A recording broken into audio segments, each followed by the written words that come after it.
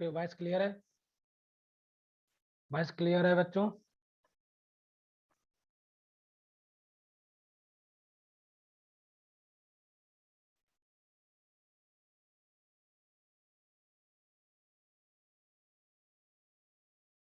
Okay okay, thank you Arpita.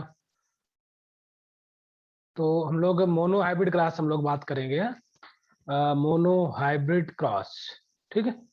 तो ये तो हमने बता दिया था, ये करेक्टर्स हैं, 7 करेक्टर्स हैं जो मेंडल ने सेलेक्ट किए थे for the study of for the study of concept of Mendelian inheritance, ठीक है। अब वो बात करेंगे कौन से कंसेप्ट हैं, लेकिन ये 7 करेक्टर हैं। हर करेक्टर में एक डोमिनेंट रेट है और एक रेसेसिव ट्रेट्स था। मोनोजेनिक इनहेरिटेंस था, मतलब आप मान के चलिए कि 1 जीन 1 करेक्टर कंडीशन थी यहाँ पे। 1 gene 1 character, 1 gene 1 character, 1 gene 1 character की कंडीशन थी। क्वालिटेटिव करेक्टर तो ऑलरेडी आप जानते हो ना, ये जितने भी करेक्टर्स थे वो क्वालिटेटिव, मतलब Mendelian inheritance is based on the qualitative character. Character quantitative भी हो सकते हैं, characters should be quantitative, but Mendelian character assuming the 7 character, these are qualitative character. अगर हम पी प्लांट की बात करें तो 2n=14, 7 pair of the chromosomes. First of all, monohybrid cross. Monohybrid cross, if the cross between the parents differ in single characteristics. मतलब मान के चलिए monohybrid cross if the assuming 1 character, हमने जो क्रॉस कराया है वो 1 करेक्टर, अगर हमने अज्यूम करके कराया 1 करेक्टर, कोई भी एक करेक्टर आप ले लीजिए। If the assuming the 1 character, then cross this, then these cross is a monohybrid. Dihybrid cross if the character, if assuming the 2 characters, if the plants parents differ in 2 characters, then known as dihybrid cross. Dihybrid cross. Then one is a trihybrid cross if the assuming the 3 characters, 3 character, then known as try cross, further tetra 4 character, इस तरीके से आपका होता चला जाएगा, ठीक है। तो मतलब मेरा क्वेश्चन ये है कि जो मोनोहाइब्रिड क्रॉस हम जब कराएंगे, तो आपने अभी बताया कि monohybrid cross that is assuming the 1 character. तो मोनोहाइब्रिड क्रॉस के जो कंक्लूजन्स हैं, मतलब अगर हम मोनोहाइब्रिड क्रॉस करा लेते हैं तो क्या क्या कंक्लूजन्स होंगे वो हमको अभी डिटेल करेंगे, अभी हम डिस्कस करेंगे डिटेल में। तो वो कंक्लूजन्स हैं लॉ ऑफ डोमिनेंस,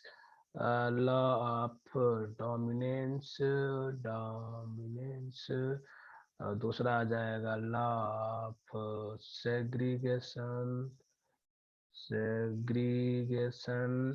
और कुछ और भी कुछ रिलेटेड कंसेप्ट्स हैं या कुछ आइडियाज हैं, जैसे पेयर सेट ऑफ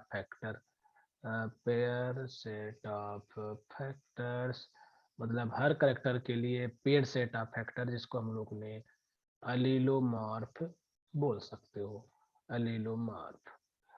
हालांकि हमको डिटेल अच्छे से पढ़ना है, law of dominance, law of segregation, law of segregation.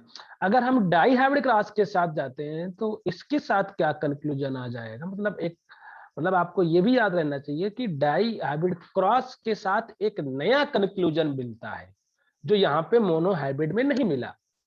Die hybrid cross के साथ एक न्यू कंक्लूजन मिलेगा जो मोनो हाइब्रिड में नहीं मिला। आप कमेंट करके बता सकते हो कौन सा कंक्लूजन होगा वो। डाई हाइब्रिड क्रॉस के साथ एक नया कंक्लूजन, एक न्यू कंक्लूजन मिला मेंडल को जो मोनो हाइब्रिड में नहीं था, वो है लॉ ऑफ इंडिपेंडेंट असॉर्टमेंट। तो हम फाइनली हम ऐसा भी कह सकते हो, वेरी नाइस अक्षिता प्रफुल्ल, ऐसा भी कह सकते हो कि लॉ ऑफ इंडिपेंडेंट असॉर्टमेंट को जस्टिफाई करने के लिए कम मोनोहाइब्रिड क्रॉस से आप कर पाओगे? नहीं कर पाओगे। लॉ ऑफ इंडिपेंडेंट असाइनमेंट को जस्टिफाई करने के लिए आपको डाई हाइब्रिड क्रॉस के साथ जाना पड़ेगा। चलिए, ये कुछ बेसिक इंफॉर्मेशन थी, हम लोग बात करते हैं। अब मोनो हाइब्रिड क्रॉस हम लोग लेते हैं, उसी को हम स्टडीज करते हैं, ठीक है। तो एग्जाम्पल के रूम में हम ले लेते हैं प्लांट हाइट। देखिए, करेक्टर ले लेते हैं प्लांट साइट, कोई भी ले लीजिए आप। कोई ऐसा थोड़ी ना कि आप प्लांट हाइट के साथ ही जाइए, आप कोई भी एक करेक्टर ले लीजिए, मतलब कोई भी प्लांट हाइट एक करेक्टर है। ये एक आपने जो लिया है, ये इसको हम एक करेक्टर मान लेते हैं, ये करेक्टर है ही, मान क्या लेते हैं इसको, करेक्टर है। और इसके दो अल्टरनेटिव फिनोटाइप्स इसमें हैं, इस करेक्टर्स में, एक है टाल और दूसरा है ड्वार्फ।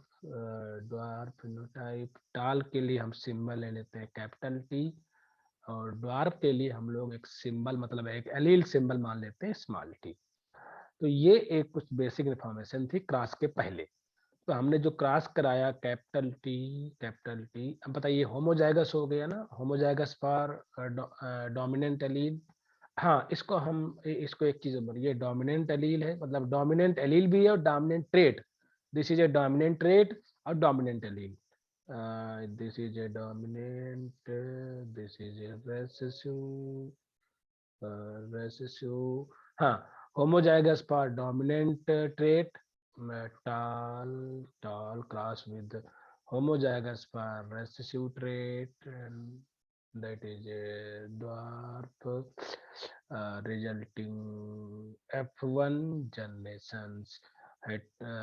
जीनोटाइप इज हेट्रोजाइगस, इसको हम लोग हाइब्रिड बोलोगे, F1 हाइब्रिड, F1 हाइब्रिड। अब ये कैसा होगा, इसका फिनोटाइप क्या होगा, टाल आएगा। कैसा आएगा, टाल। और टाल सभी होंगे, यूनिफॉर्म होंगे सभी टाल। तो ये एक क्रॉस हुआ जिसको बोलते हो मोनो हाइब्रिड क्रॉस। बहुत अच्छी तरीके से याद ध्यान रखना, ये सभी लोग आप जानते हो, लेकिन कुछ कंसेप्ट्स हैं जो मैं उनको अच्छी तरीके से लिंक करेंगे। जेनेटिक्स में आप ऐसा नहीं, कोई ऐसी चीज आपको मिल जाएगी जो आप पहले से नहीं पढ़े होगे, पढ़े आप सब हैं, बस एक कंसेप्ट को लिंक कैसे करना है वो चीज को बड़ा इंपॉर्टेंट है। तो ये जो आपका आया है यहाँ पे, तो ये एक जो कंसेप्ट यहाँ पे आया है वो आया है law of dominance. Law of dominance. अब लॉ ऑफ डोमिनेंस को बोल सकते हो, इसी को हम दूसरे नाम से कंप्लीट डोमिनेंस भी कह सकते हो, also known as complete dominance, complete dominance. देखिए कैसे बोला आपने, if the parents having a one phenotypes, if the one parents, this is a male, this is a female, if the one parents having a tall phenotypes cross with another parents, it is a dwarf phenotype, in a F1 generation, in a F1 generation only tall phenotype is observed, only tall phenotype will observe। तो किसी एक parents का ही तो phenotype आया, केवल किसी एक एक ही पेरेंट्स का फिनोटाइप आया, बोलो। तो हम इसको क्या बोलोगे, क्या बोलोगे, लॉ ऑफ डोमिनेंस या फिर कंप्लीट डोमिनेंस। यहां तक समझ में आया, law of dominance and complete dominance. अब हम जाएंगे F1 जनरेशन की सेल्फिंग कराएंगे। क्या कराएंगे, सेल्फिंग। जब हम सेल्फिंग कराने की बात करेंगे तो देखिए जरा, F1 जनरेशन की हम सेल्फिंग की बात करेंगे, तो सेल्फिंग में अगर आ जाते हैं capital T, small T cross with another plant also heterozygous. ये हेट्रोजाइगस था ना, ये F1 प्लांट कैसा था, हेट्रोजाइगस, इसको हम लोग हेट्रोजाइगस भी कह सकते हो। तो ये एक सेल्फिंग, इस क्रॉस को हम लोग बोल देते हो F1 selfing, selfing, selfing, self fertilisation. अब सेल्फिंग में अगर हम जाएं तो इसके जो गैमीट्स बनेंगे, एक बनेगा gametes capital T dominant allele, और एक बनेगा स्मॉल टी रेसेसिव एलील। यहाँ से भी अगर देखें हम गैमीट्स की बात करें तो यहाँ से भी एक डोमिनेंट टी, मतलब डोमिनेंट एलील का गैमीट्स होगा, एक रेसेसिव एलील।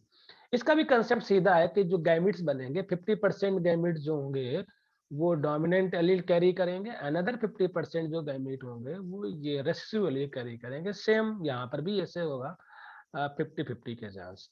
अब इन गैमीट्स का रैंडम फ्यूजन कराओगे। फ्यूजन कराने के लिए आप इस तरीके से आप एक मेथड अप्लाई करते हो, जिससे आपका पूरा जितने भी पॉसिबल जीनोटाइप होंगे वो आ जाएंगे।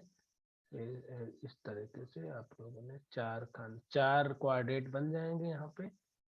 तो ये जो जीनोटाइप आएगा कैपिटल टी मतलब homozygous for dominant allele, this is heterozygous, this is heterozygous, this is homozygous, homozygous.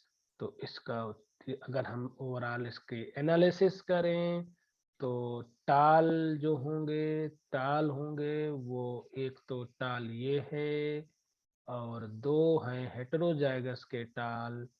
तो टोटल टाल जो आपके आ गए हैं इसमें से 3 टाल आ गए। अब अगर हम ड्वार्फ की बात करें, ड्वार्फ देखें तो ड्वार्फ एक है और वो केवल है स्मॉल टी। तो यहाँ से आपका F2। अब हम ये जो जनरेशन है, कौन सी जनरेशन है? F2। F2 जनरेशन में अगर हम फिनोटाइप रेशियो की बात करें तो कितना आएगा, जल्दी बताइए। F2 जनरेशन में फिनोटाइप रेशियो कितना आएगा? 3:1, 3:1, 3:1, 3:1 फिनोटाइप रेशियो अगर आ रहा है तो इससे ये समझ में आ गया कि मोनोहाइब्रिड क्रॉस है ना। और जीनोटाइप रेशियो क्या आएगा? जीनोटाइप रेशियो, जीनोटाइप रेशियो क्या आएगा? 1:2:1। ये हो गया जीनोटाइप रेशियो। ये आपको याद रखने हैं कि मोनोहाइब्रिड में F2 जनरेशंस में इन ए मोनोहाइब्रिड क्रॉस F2। अब F2 तक अगर हम बात कर रहे हैं तो आप ये दिमाग में आपके हो जाना चाहिए कि हम किसकी बात कर रहे हैं। हम बात कर रहे हैं selfing of F1 generations. Selfing of F1 generations के बाद में जो F2 जनरेशंस में फिनोटाइप रेशियो 3:1 आ रहा है और जीनोटाइप रेशियो 1:1 आ रहा है। चलिए, तो 3:1 आने से कुछ कंक्लूजन निकला। आपका कंक्लूजन क्या निकला जरा मैं बताना चाहूंगा, मैं यही बता देता हूँ। देखिए जरा, देखो जरा इंपॉर्टेंट पॉइंट है, जरा समझने की कोशिश करिए। हम अभी आपको बताया कि F2 जनरेशंस में जो रेशियो आए वो फिनोटाइप की बात करें तो 3:1। ये रेस क्योंकि फिनोटाइप ही तो दिखता है ना, जीनोटाइप तो हम अज्यूम करते हैं भाई। जीनोटाइप तो मैंने केवल क्या किया, हमने तो आपको थ्योरेटिकली क्रॉस करके जीनोटाइप आ गया, दिखाई थोड़ी ना पड़ता है जीनोटाइप। वो तो ये अज्यूम किया गया कि जीनोटाइप ऐसा होगा, वैसा ही होगा क्योंकि बिल्कुल नहीं। लेकिन जो दिखाई पड़ रहा है, जो विजिबल है, वो क्या होता है? फिनोटाइप। तो 3:1 जो रेशियो आया, इससे कोई कंक्लूजन क्या निकला? पहला कंक्लूजन ये निकला, this is a law of segregation, law of segregation, law of segregation, या हम इसको कह सकते हो एक कंसेप्ट ऑफ द सेग्रीगेशन भी कह सकते हो। मतलब 3:1 conclude the law of segregation. अब सेग्रीगेशन क्या होता है? What is the means of the segregation? अच्छा ये बताइए, सेग्रीगेशन का मतलब होता है सेपरेट होना। सेग्रीगेशन का मतलब होता है सेपरेट। हम किसकी बात कर रहे हैं सेपरेट? ध्यान, इस कंसेप्ट को सभी लोग बहुत फोकस से, बहुत ध्यान समझिएगा। सेग्रीगेशन का मतलब होता है सेपरेशन। तो सेपरेशन किसका? अरे ये जो डोमिनेंट एलील और रेसेसिव एलील थे किसमें? हेटेरोजाइगस में। ये रेसेसिव एलील है, ये डोमिनेंट एलील है। अब इनका सेपरेशन हो जाना, मतलब इनका सेपरेशन होगा। आप इसको ऐसे समझने की कोशिश करिए, अगर ये सेपरेट ना होते गैमीट्स में, एक 50% गैमीट में आपको डोमिनेंट टी एलील से गया है और अनदर 50% गैमीट्स में स्मॉल टी एलील का जाना, तो ये कहीं ना कहीं एक सेपरेशन ही तो है। जब सेपरेशन होगा तभी तो कॉम्बिनेशन बनेंगे ना, तभी तो नए कॉम्बिनेशन भी आएंगे, न्यू कॉम्बिनेशन भी बनेंगे। और इस न्यू कॉम्बिनेशन में वो कॉम्बिनेशन ही बन गया जो F1 जनरेशन में मेरे पास नहीं था। वो कौन सा था? स्मॉल टी कौन सा? ड्वार्फ। अब बताइए क्या F1 जनरेशन में ड्वार्फ फिनोटाइप आया था? क्या F1 जनरेशन में, कमेंट करिए, क्या F1 जनरेशन में ड्वार्फ फिनोटाइप आया था? नहीं आया था। तो हाँ, सेपरेशन ऑफ द कैरेक्टरिस्टिक्स, देखो कैरेक्टरिस्टिक बिल्कुल बात सही है, लेकिन उसकी अगर हम क्रोमोसोमल बेस्ड ऑफ इनहेरिटेंस तक लिंक करें, भाई कैरेक्टरिस्टिक्स का सेपरेशन किस बेसिस पे हो रहा होगा? तो सेपरेशन हम अगर इसको एक लाइन में बोले, separation of dominant allele and recessive allele, या सेपरेशन ऑफ डिफरेंट एलील। अब ये डिफरेंट एलील सेपरेट कहां पे हो रहे होंगे? कहां पे हो रहे होंगे जल्दी बताओ? मियोसिस में। कब कहां हो रहे होंगे? मियोसिस में। मियोसिस के एनाफेज फर्स्ट में या एनाफेज सेकेंड में? एनाफेज फर्स्ट भी हो सकता है या एनाफेज सेकेंड भी हो सकता है, वो हम डिस्कस करेंगे बाद में। ठीक है, एनाफेज फर्स्ट भी हो सकता है या एनाफेज सेकेंड भी हो सकता है। तो ये बात समझ में आया। 3:1 conclude the law of segregation. 3:1 conclude the law of segregation. 3:1 एक और कंसेप्ट दे रहा है, वो है आपका नो ब्लेंडिंग इनहेरिटेंस। मैं कहां पे लिखूं? मैं यहां लिख देता हूं। 3:1 एक और कंसेप्ट दे रहा है, वो है no blending inheritance. No blending inheritance.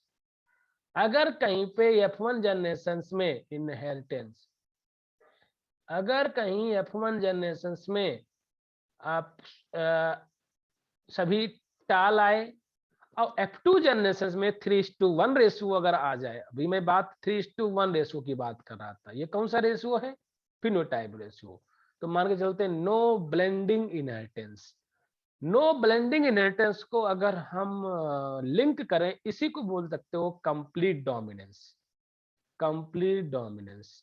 जहां पे कंप्लीट डोमिनेंस होगा वहां पे ब्लेंडिंग इनहेरिटेंस नहीं होगी। अब देखो, नो ब्लेंडिंग इनहेरिटेंस को अगर समझना चाहते हो तो पहले ब्लेंडिंग समझ लो। अगर आप ब्लेंडिंग समझ लोगे तो समझ में आ जाएगा। देखो, ब्लेंडिंग इनहेरिटेंस भी मिलती है कुछ करेक्टर के साथ। जैसे आप पढ़े होंगे इनकम्प्लीट डोमिनेंस, पढ़ते हो ना? तो इनकम्प्लीट डोमिनेंस जब हम पढ़ेंगे तो capital R, capital R, capital R, small R, small small R, ये रेड फिनोटाइप होगा, इसका पिंक फिनोटाइप आएगा, इसका व्हाइट आएगा। तो यहाँ पे ऐसा लग रहा है कि जो पिंक फिनोटाइप है वो कैपिटल आर और स्मॉल आर के प्रोडक्ट आपस में मिक्स करके एक इंटरमीडिएट फिनोटाइप बना रहे, इसका नाम है पिंक।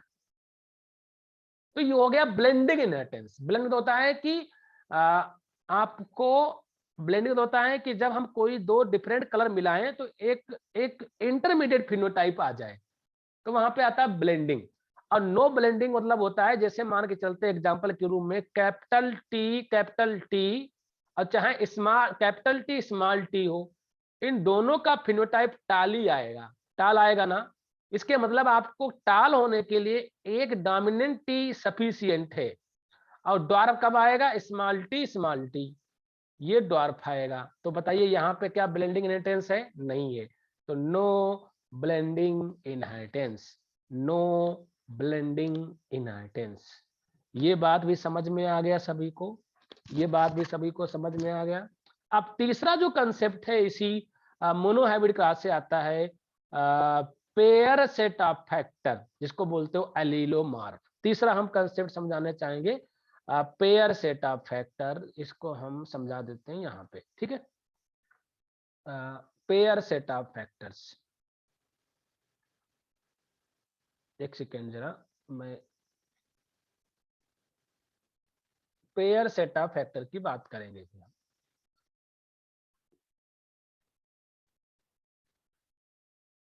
इसको बोलते हो एलीलोमॉर्फ। देखो, इसको भी समझ लो अच्छी तरीके से। पेयर सेट ऑफ फैक्टर क्या है? पेयर सेट ऑफ फैक्टर, देखो, जो पेयर सेट ऑफ फैक्टर की अगर बात करें, नेक्स्ट जो भी नंबर हो आपका, चाहे फोर्थ हो जो भी हो, pair set of factor, pair set of factor, जिसको हम लोग बोलते हो अलीलोमॉर्फ। अलीलो मतलब इसका कहना यह है कि ईच करेक्टर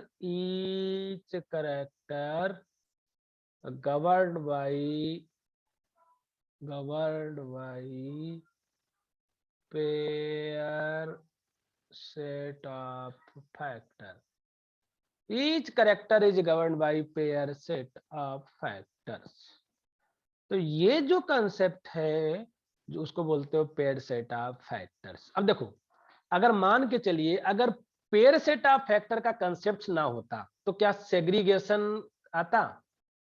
अगर मान लीजिए किसी भी कैरेक्टर के लिए एक ही जीन होता, केवल वन जीन कंसेप्ट होता, वन जीन्स। भाई यहाँ पे क्या पेयर ऑफ जीन होते ना, तो वन जीन होता तो क्या हमको सेग्रीगेशन मिलता? नहीं मिलता। तो वन जीन में कभी भी सेग्रीगेशन नहीं होता। इसका सेग्रीगेशन अगर मिलने का जो रीजन है, यहाँ पे पेयर सेट ऑफ फैक्टर्स हैं। अब पेयर सेट ऑफ फैक्टर्स में अगर हम आप थोड़ा सा और जाएं तो कैपिटल टी के लिए टॉल फिनोटाइप है, स्मॉल टी के लिए ड्वार्फ फिनोटाइप है। ये हो गया पेयर सेट ऑफ फैक्टर्स। अब कुछ पॉइंट्स हैं जो आप यहाँ पे मैंने ऑलरेडी लिख रखे हैं, सभी पॉइंट आप लोग अच्छी तरीके से समझ लो। मोनोहाइब्रिड क्रॉस कंक्लूड, तो ये मैंने बताया था ना, pair set of factors already बताया मैंने आपको, इसको क्या बोलते हो? Plant must therefore passes two genetic factor coding for a character, जिसको बोलते हो अलीलोमॉर्फ। प्रिंसिपल ऑफ सेग्रीगेशन, ये मेंडल का फर्स्ट लॉ। अगर हम बात करें तो यही एक ऐसा लॉ है जो ट्रू लॉ है।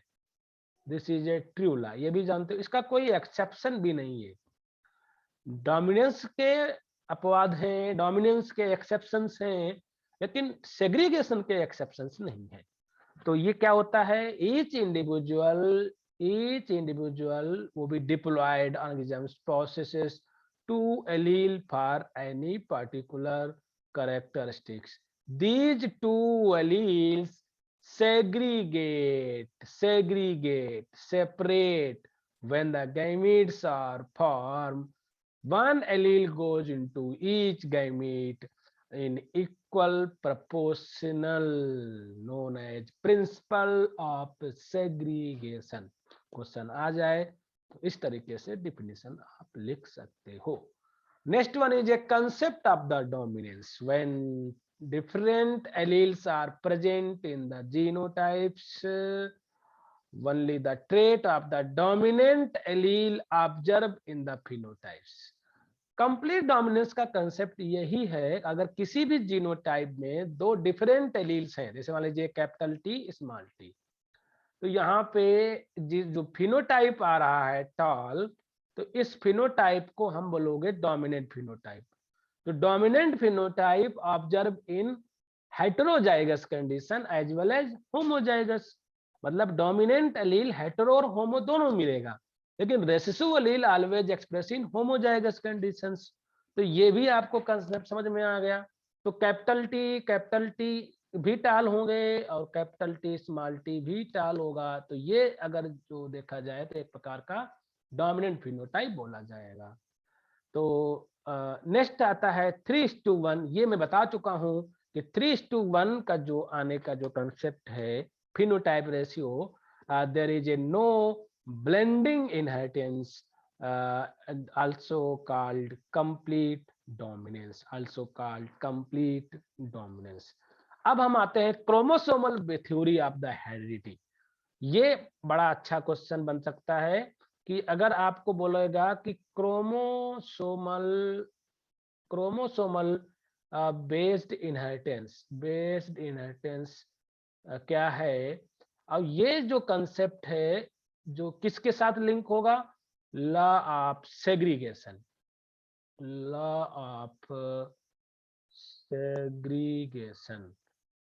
ऑफ सेग्रीगेशन का कंसेप्ट क्या था? सेपरेशन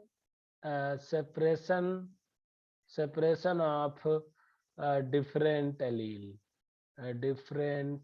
जैसे एग्जांपल के रूप में कैपिटल टी स्मॉल टी है, तो हम चाहते हैं कि कैपिटल टी डोमिनेंट टी और स्मॉल टी मतलब रेसेसिव टी ये क्या हो जाए, ये सेपरेट हो जाए। ठीक है, अब देखिए जरा इस कंसेप्ट को। हालांकि यहाँ पे सिंबल बदल दिया है, मतलब दूसरा कैरेक्टर ले लिया है, कोई प्रॉब्लम नहीं।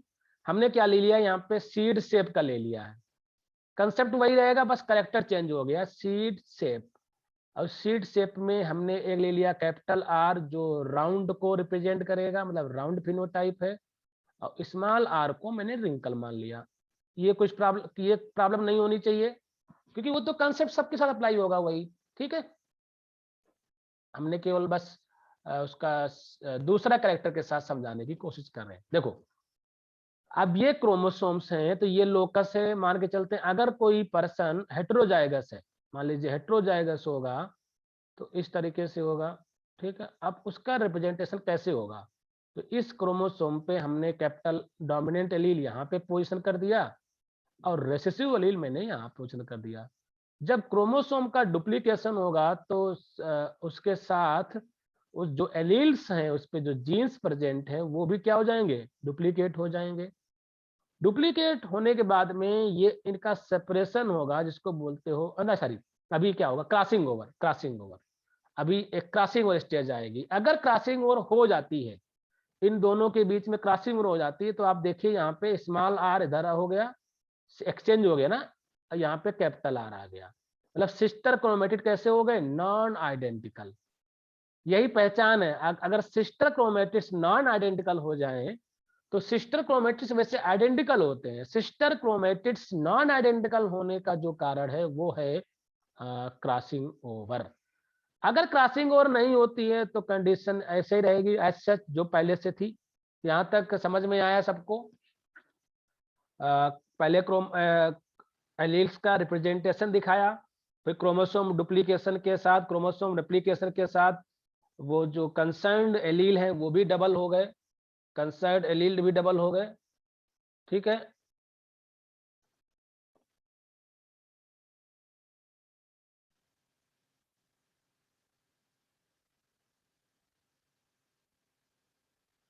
वॉइस क्लियर है सभी लोग? कोई लोग कमेंट करिए जल्दी से, क्योंकि काफी समय से कोई चहल नहीं। हाँ, okay okay okay okay, thank you Arpita. तो हाँ हाँ, बस बस कुछ समय बचा है, इसको मैं इस कंसेप्ट को एंड करने वाला हूँ। अब आता है नेक्स्ट स्टेज आएगी सेपरेशन। सेपरेशन सेपरेशन कहाँ होता है, एनाफेज फर्स्ट में। तो सेपरेशन दो स्टेज में दिखता है, एनाफेज फर्स्ट और एनाफेज सेकेंड।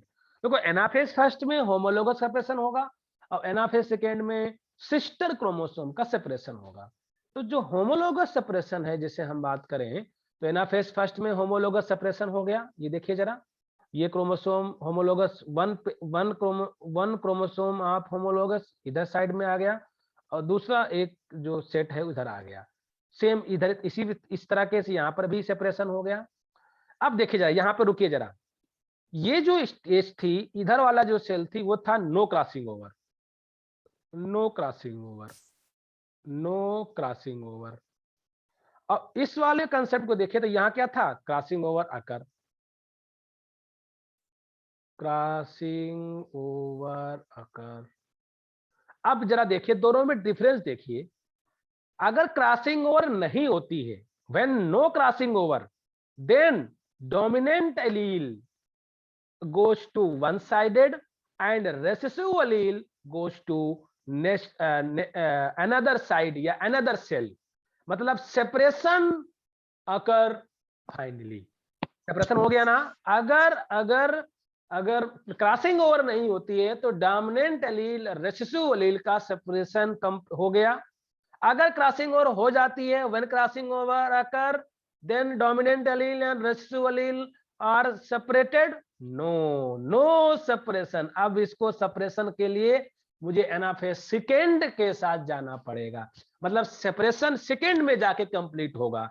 ये बड़ा इंपॉर्टेंट पॉइंट है, आप लिखिएगा जरूर कि when crossing over absent, then separation of different allele occur in anaphase first, and separation of different allele occur in anaphase first when no crossing over, when no crossing over. अब हम आते हैं crossing anaphase second.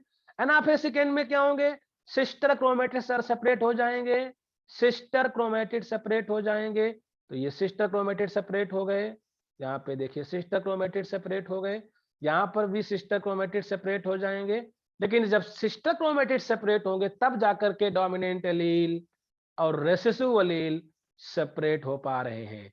तो ये concept आप कैसे link करोगे, when crossing over occur then separation of different allele occur in anaphase second, anaphase second। ये एक assumptions, ये एक concept, ये एक idea, ये एक की पॉइंट आपको मिला सेग्रीगेशन, लॉ ऑफ सेग्रीगेशन के कंसेप्ट्स में। सेग्रीगेशन मीन्स आपको सेपरेशन ऑफ डिफरेंट एलील या separation of dominant allele and recessive allele in anaphase first and anaphase second. Anaphase first when no crossing over, anaphase second when crossing over occur। अब finally आप देखिए कि ये एक gametes को represent करेगा, ये गैमेट्स को रिप्रेजेंट करेगा। तो हर गैमेट्स में हैप्लॉइड जीन ही एक ही कॉपी आएगी जो आपको यहाँ पे दिखाई पड़ रही है। इस कंसेप्ट को सभी लोग समझ गए, क्रोमोसोमल बेस्ड ऑफ इनहेरिटेंस के जो कंसेप्ट है वो समझ गए, जल्दी बताइए सभी लोग।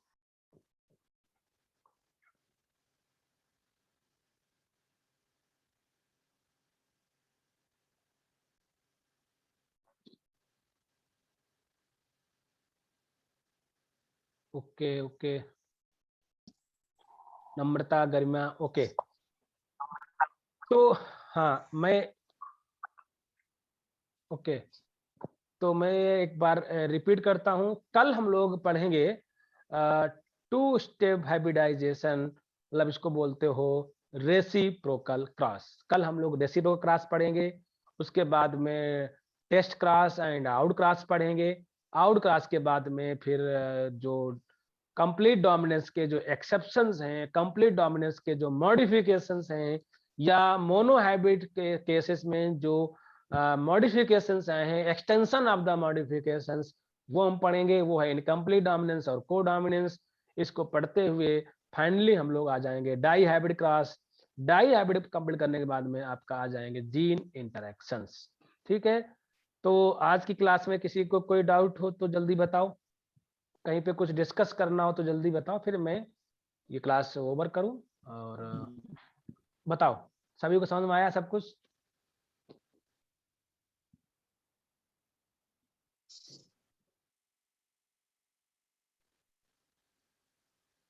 कोई कुछ, किसी को कहीं कुछ प्रॉब्लम नहीं? No doubt, okay okay.